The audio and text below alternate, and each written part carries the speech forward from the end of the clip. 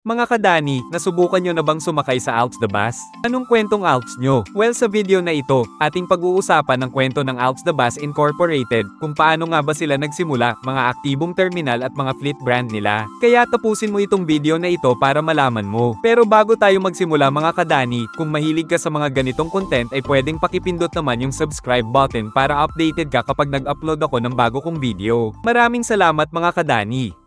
Noong 1991, itinatag ni Ginoong Arcadio L. Perez ang Alps mula sa Dagatan Taysan, Batangas, kasama ang kanyang asawa na si Consolacion Ebreo Perez. Nagsimula lang si Ginoong Arcadio sa isang second-hand na Japanese surplus bus. Nagsimula ito bilang isang sole proprietorship na may iilang unit lamang na nagseserbisyo sa mga pasahero mula Batangas patungong Maynila. Sa kabila ng pagiging baguhan sa industriya ng transportasyon, agad na nakilala ang Alps dahil sa kanilang maayos na serbisyo, malilinis na sasakyan, at disiplinado ng mga driver. Sa paglipas ng panahon, lumawak ang kanilang operasyon at unti-unting naging isang korporasyon na kalaunan ay nakilala bilang Alps the Bus Incorporated. Ang pangalang Alps ay nagmula sa inisyal ng kanyang pangalan at ng kanyang mga anak na Arcadio L. Perez and Sons. Noong 1992 nakakuha ang pamilya ng karagdagang 3 surplus na unit at noong 1994 naman nakakuha ulit sila ng 4 na unit. Dumami ang kanilang mga biyahe mula Batangas patungong Manila, Quezon, Bicol, at iba't ibang lugar sa Timog Katagalugan. Naging paborito sila ng maraming pasahero, lalo na ng mga pasahero papuntang probinsya dahil sa kanilang pangakong malinis, maayos, at maginhawang serbisyo. Hindi lamang sa serbisyong pampasahero nakilala ang kumpanya. Pinasok din nila ang bus charter services para sa mga pribadong lakbayin, eskwelahan, at mga korporasyon. Sa pamamagitan nito, mas lalo nilang naipakita ang kanilang pamantayan sa kaligtasan at kaginhawaan ng biyahe. Sa halos 3 dekada ng paglilingkod, nanatiling tapat ang Alps sa kanilang misyon ang maghatid ng ligtas at komportableng biyahe sa bawat Pilipino. Mula sa simpleng panimula, sila ngayon ay isa sa mga pinakakinikilalang transportasyon sa bansa, patunay ng tiyaga, disiplina, at malasakit ng pamilyang Perez sa kanilang mga pasahero.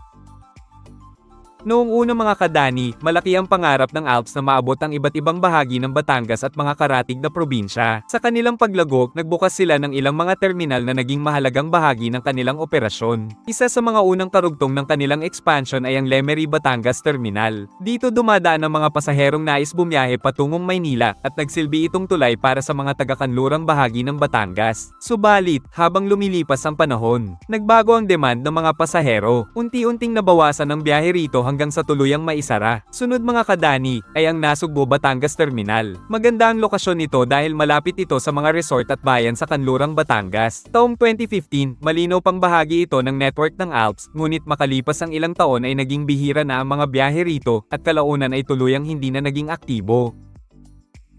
Kung ikukumpara sa mga dating terminal na nagsara, nanatiling matibay at matatag hanggang ngayon ang kanilang pangunahing hub sa Batangas City Grand Terminal. Mula rito, nakakonekta ang mga biyahe papuntang Maynila, Bicol, at maging Visayas. Kasabay nito, nananatiling malakas ang operasyon nila sa San Juan, Batangas, isang lugar na siksik din sa mga pasahero patungong Cabecera. Idagdag pa rito ang SM Lipa Terminal na nagsisilbing strategic point dahil sa pagdami ng mga pasahero mula Lipa at kalapit na bayan. Sa Metro Manila naman, isa sa pinakamahalagang hub ng kumpanya ay ang Cubao Araneta Center Bus Terminal. Dito dumadaan ang karamihan ng kanilang biyahe, nagsisilbing pangunahing daungan ng mga pasaherong patungong Batangas at Bicol. Dagdag pa rito, may operasyon din ng Alps sa Alabang Star Mall Terminal na mahalaga para sa mga taga-silangang Cavite at Laguna. Sa pag-usbong ng mas modernong pasilidad, nakapasok din ang kumpanya sa Parañaque Integrated Terminal Exchange o PITX na nagbigay ginhawa para sa mga pasahero mula sa Southern Metro Manila. Sa ngayon, patuloy na lumalawak ang operasyon ng Alps.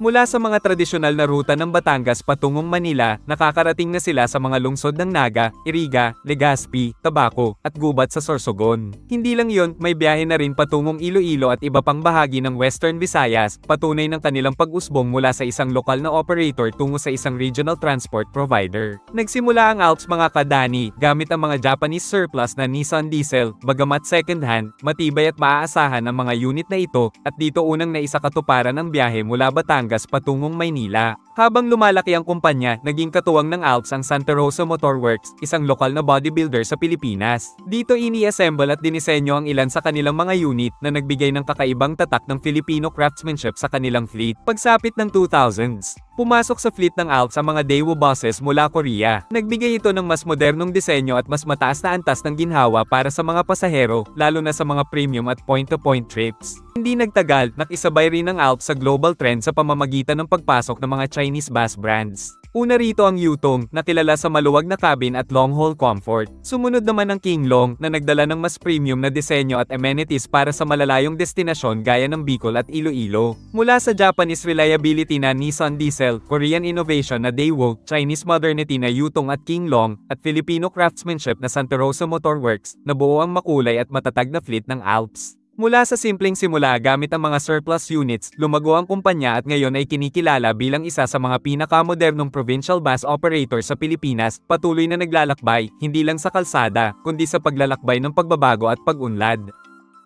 Sa kasalukuyan, 3 pangunahing uri ng biyahe ang aktibong iniaalok ng kumpanya. Una mga kadani, ang kanilang regular air-conditioned buses. Ito ang pinakakaraniwang serbisyo na may standard na upuan at malamig na aircon, sapat para sa mga biyaheng Batangas papuntang Kamaynilaan. Madalas itong makikita sa mga rutang Cubao, Buendia, Alabang, at PITX patungong Batangas City, Lipa, at San Juan. Ikalawa mga kadani, ang deluxe class na inilalaan para sa mas malalayong destinasyon. Mas maluwag at mas mabilis ang biyahe na may kaunting stopover. Karaniwang makikita ang mga deluxe buses sa mga rutang Cubao papuntang Bicol tulad ng Naga, Legazpi, at Sorsogon, gayon din sa ilang inter-island trips gaya ng Iloilo. At ikatlo mga kadani, ang executive o premier class na siyang premium service ng Alps, mas malalambot ang reclining seats, at karaniwang may dagdag na amenities gaya ng wifi at charging ports. Idinisenyo ito para sa mahahabang biyahe tulad ng Cubao papuntang Legazpi, Sorsogon, at maging Iloilo. Sa pamamagitan ng mga serbisyong ito, ipinapakita ng Alps ang kanilang pangako na dalhin ang bawat pasahero sa kanilang destinasyon ng ligtas, maayos, at may antas ng ginhawang angkop sa pangangailangan ng bawat isa. Sa kasalukuyan mga kadani, ang Alps the Bus Incorporated ay patuloy na pinamumunuan ng pamilyang Perez sa pangunguna ng mga anak ni Ginoong Arcadio L. Perez.